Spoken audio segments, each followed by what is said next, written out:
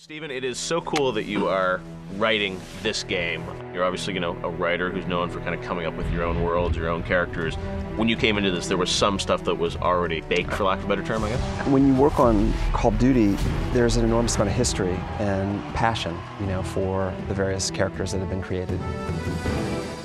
The thing that's amazing to me in the game world is how protean or how malleable the story is. As a filmmaker, you go out and you fight a movie up the studio chain, right? And you're like, okay, we're gonna be underwater, we're gonna fight in the jungle, we're gonna fight in airplanes. And they're just sitting there and they're like, we're not gonna make that. But here, you're only limited by your imagination.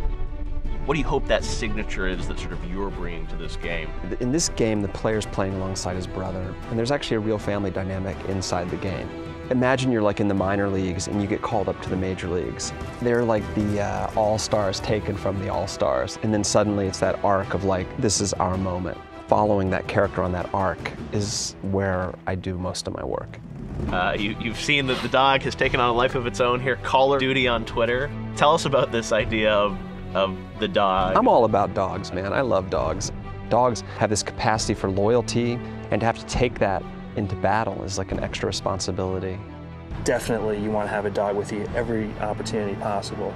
Their senses and their ability to detect things are better than our best equipment. We're trying to make the dog a main character, someone that you actually feel for, someone that when he comes on the screen you get excited about. He is a part of your team, but he's also out front taking a lot of risk.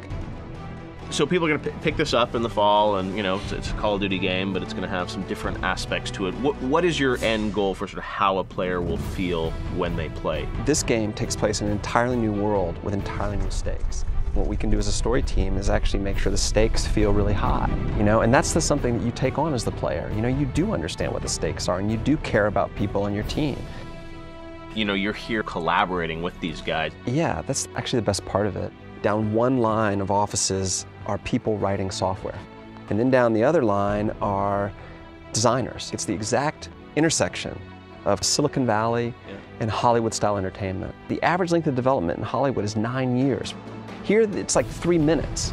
Like, we'll come up with a sequence, these guys will storyboard it, have animatics to it, and we'll be sitting in this very same screening room, and they'll be showing me something that I thought of at like 10 that morning. It's 2 o'clock.